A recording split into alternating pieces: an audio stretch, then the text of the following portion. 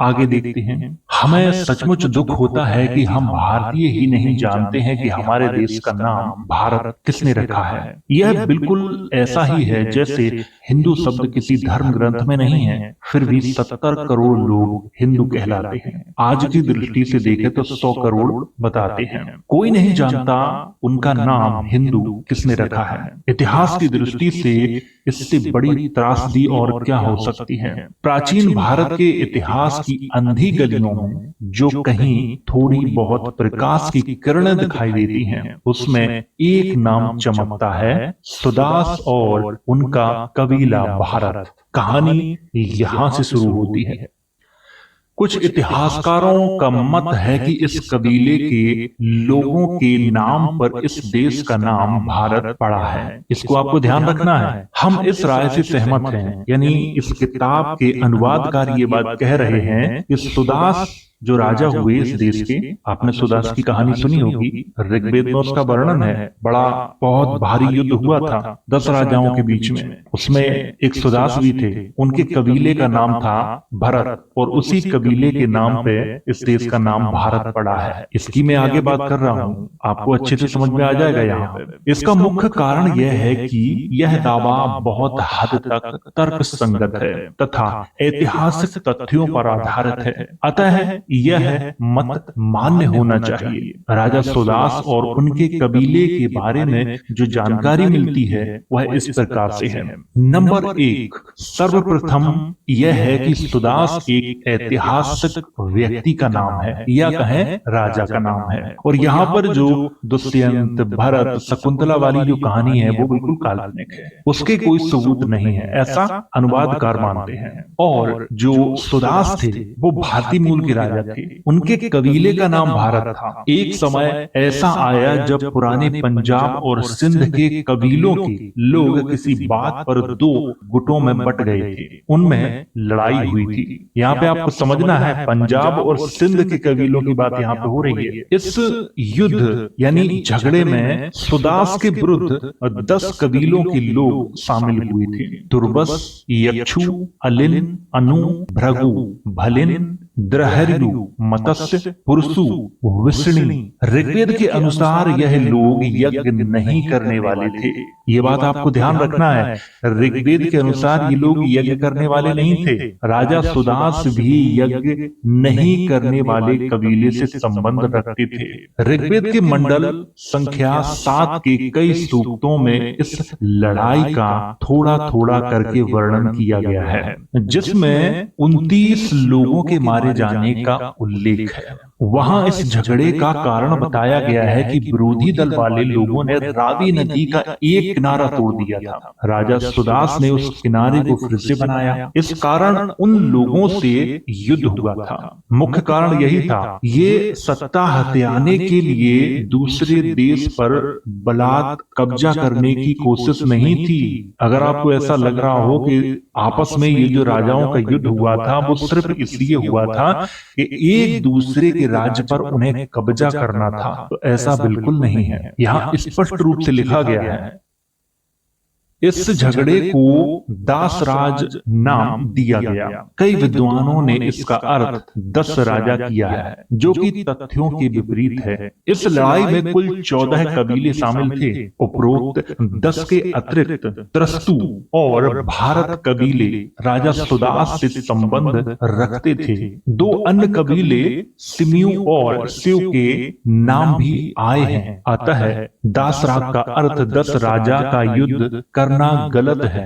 ऐसा लगता है कि राजा सुदास और विरोधी कबीलों में रावी नदी एक सीमा की तरह थी। नदी के उस तरफ बालों ने किनारा तोड़ दिया।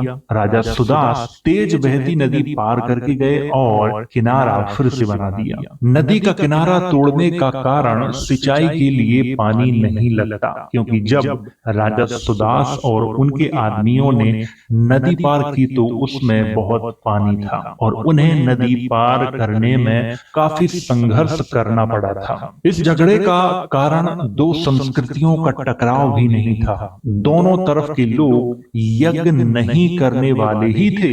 हाँ, एक बात का खुलासा ऋग्वेद में नहीं किया गया है कि यज्ञ का देवता इंद्र इस झगड़े में क्यों कूदा, और वह है तुर्वसु, भृगु, अनु जैसे ब्राह्मण कबीलों के विरुद्ध भारतीय मूल के राजा के पक्ष में क्यों लड़ा। इस बात की चर्चा ऋग्वेद में नहीं की गई है, और ऋग्वेद में इस युद्ध के बारे में जो जानकारी मिलती है वो बिल्कुल अलग रूप से मिलती है। ऋग्वेद में वशिष्ठ और विश्वामित्र दोनों ने अलग अलग सूक्तों में राजा सुदास की स्तुति की है। यह चौंकाने वाला तथ्य है, एक भारतीय मूल के राजा की दो ब्राह्मण कबीले के ऋषियों द्वारा स्तुति करना आश्चर्य की बात है, जबकि राजा सुदास यज्ञ नहीं करने वाले कबीले से संबंध रखते थे।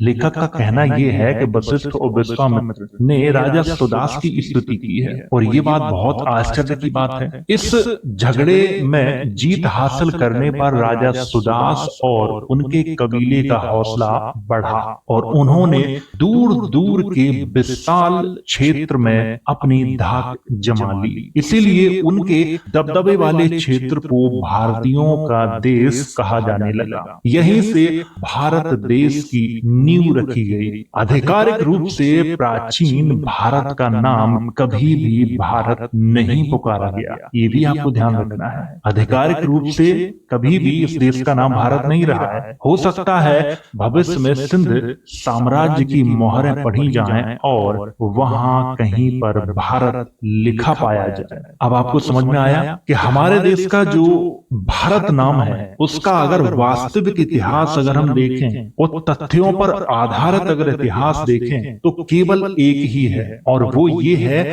कि जो राजा सुदास थे उनके कबीले का जो नाम था उसके आधार पर इस देश का नाम भारत पड़ा है।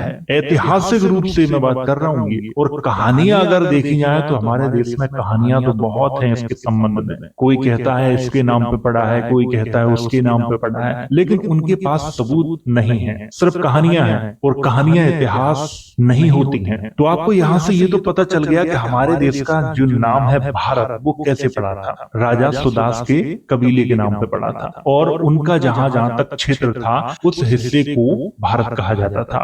लेकिन यहाँ पे एक प्रश्न है कि राजा सुदास कब हुए, इसका जवाब किसी भी इतिहासकार के पास नहीं है। लेकिन 10 राजाओं के मध्य जो युद्ध हुआ था उसकी जानकारी ऋग्वेद में मिलती है, लेकिन विस्तृत रूप में नहीं मिलती है। समस्या यही है। अब यहाँ पे बात करते हैं कि हमारे देश का नाम इंडिया कैसे पड़ा। अभी तो मैंने आपको बताया कि जो भारत नाम है वो कैसे पड़ा था। अब इंडिया पे बात कर लेते हैं, क्योंकि कुछ लोगों को ऐसा लगता है कि इंडिया नाम अंग्रेजों ने दिया है। अंग्रेज हमारे देश में आए, अंग्रेजों ने इस देश का नाम इंडिया रखा। अगर आपको भी ऐसा लगता है तो आप गलत हैं। अंग्रेजों ने हमारे देश का नाम इंडिया नहीं रखा है। अंग्रेजों से कई सौ साल पहले हमारे यहाँ यूनानी आए थे, यानी ग्रीक लोग आए थे। उन्होंने भी इस देश को इंडिया ही कहा है। मैं एक प्रश्न पूछता हूँ आपसे, मेगास्थनीज हमारे देश में आया था, उसने एक किताब लिखी थी, उसका नाम था इंडिका। तो उसने इंडिका ही क्यों नाम रखा, कुछ और नाम क्यों नहीं रखा? वैसे उस समय हमारे देश का नाम इंडिया नहीं था, जम्मू द्वीप था। अब यहाँ पर समझने वाली बात यह है कि इंडस जो रिवर है इसके नाम पर ही यूनानी लेखकों ने इस देश का नाम तय किया है। उसने अपनी भाषा में दिया है, ये भी आपको ध्यान रखना है। लेकिन जो भी हो, इंडिया नाम जो हमारे देश का रखा गया था वो यूनानियों के द्वारा ही रखा गया था। अंग्रेजों ने तो उस नाम का केवल उपयोग किया है क्योंकि अंग्रेज हिंदुस्तान कह नहीं पाते थे, उन्हें सरल नहीं लगता था वो, इसीलिए उन्होंने इंडिया इसको कहा है। लेकिन अगर आप ये कहें कि उन्होंने ही इसका नामकरण किया है तो आप गलत है, क्योंकि सबसे जो महत्वपूर्ण प्रश्न है वो यही है कि मेगास्थनीज ने अपने ग्रंथ का नाम इंडिका क्यों रखा था। वो इसीलिए रखा था क्योंकि यूनानियों ने ही इस जगह को इंडिया कहा था, और अंग्रेजों ने यहाँ का इतिहास पढ़ा तो अंग्रेजों को ये नाम सरल लगा तो उन्होंने यही कहना शुरू कर दिया था। तो उम्मीद है आपको समझ में आ गया होगा कि हमारे देश का नाम इंडिया